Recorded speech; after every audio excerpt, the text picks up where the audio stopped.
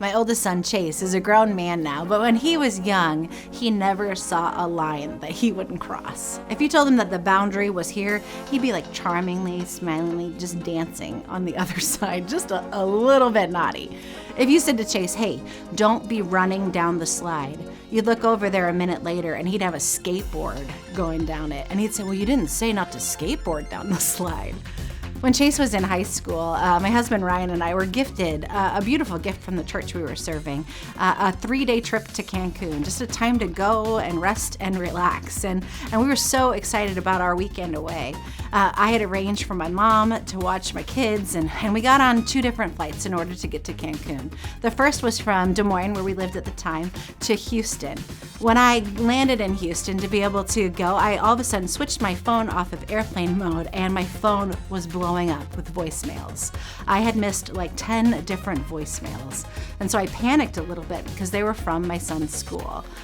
So I started listening to the messages. It was my son's principal trying to get a hold of me, and so of course, there on the jet bridge, I'm panicked, so I called him sort of right back.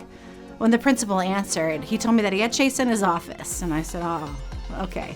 And he said, well, somehow Chase has managed to hack the entire school's iPad system and upload an inappropriate picture on all of the school iPads. I thought, oh my gosh, how did he do this? And then the principal said, I don't know how he did this. But then my second thought was, inappropriate picture. Now, this is a junior high boy, so immediately my thoughts went to something racy. And I didn't feel equipped for dealing with what that racy thing might be like. And so I asked the principal and I said, hey, I need you to tell me what I'm working with, because here I am getting ready to get on this other flight. And he said, let me describe it to you. It's this picture of a boy holding a lunchbox with a t-shirt that has an expletive on it. And so I thought, all right, it's not racy, it's dumb. I can deal with dumb when I get back from my weekend vacation.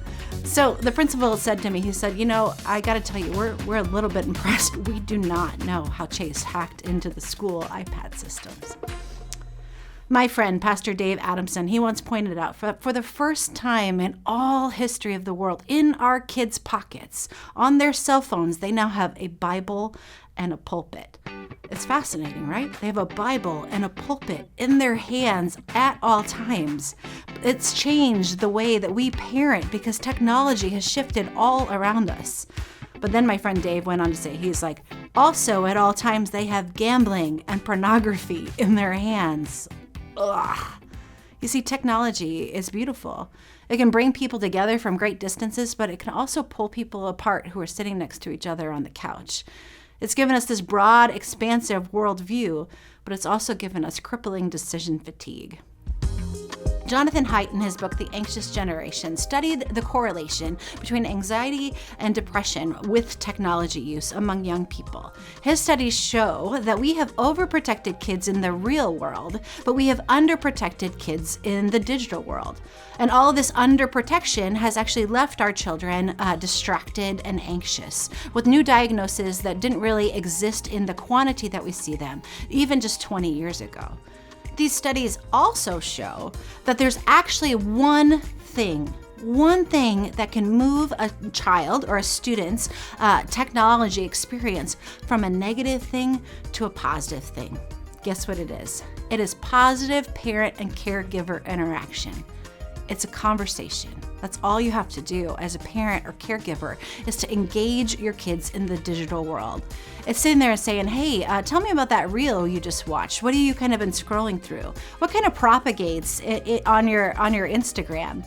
Or it's saying, hey, show me that TikTok dance. I kind of want to get to know that too. Or it's talking about the Paw Patrol episode that they just watched. Or sitting down next to them and playing the same video game, getting there and getting some Fortnite wins in. Or talking about the movie that they just sort of had on the background while they were doing some other things.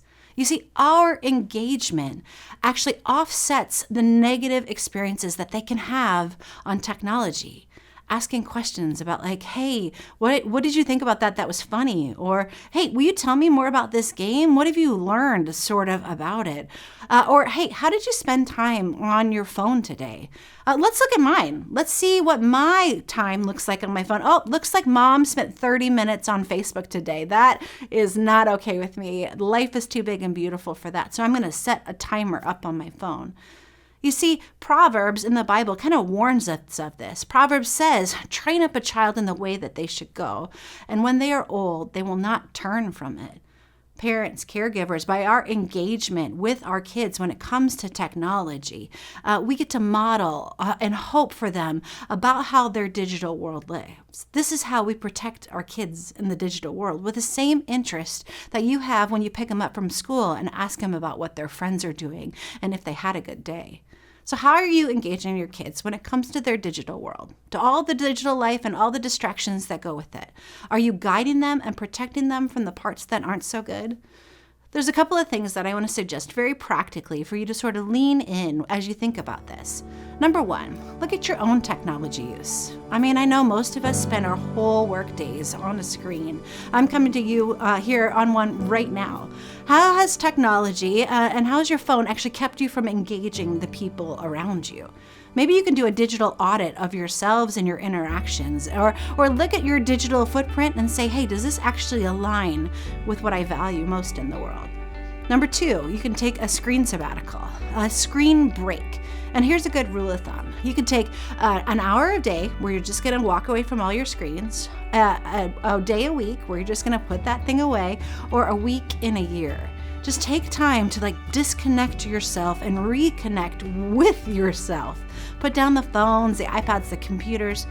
Better yet, do it as a family and come together in a time of intentional screen-free. And number three, use technology for good. There's a lot of good things out there. Engage in a Bible plan that you and your kids are going to read together, or check out and discuss a really interesting reel that you watched about faith. Look it up for big questions that your kids might have, like did Adam and Eve actually have belly buttons? Engage with them in intentional conversation about the digital world. Now here's the thing about my son Chase. He served his suspension and I went on my trip and I came back and we talked in depth about it.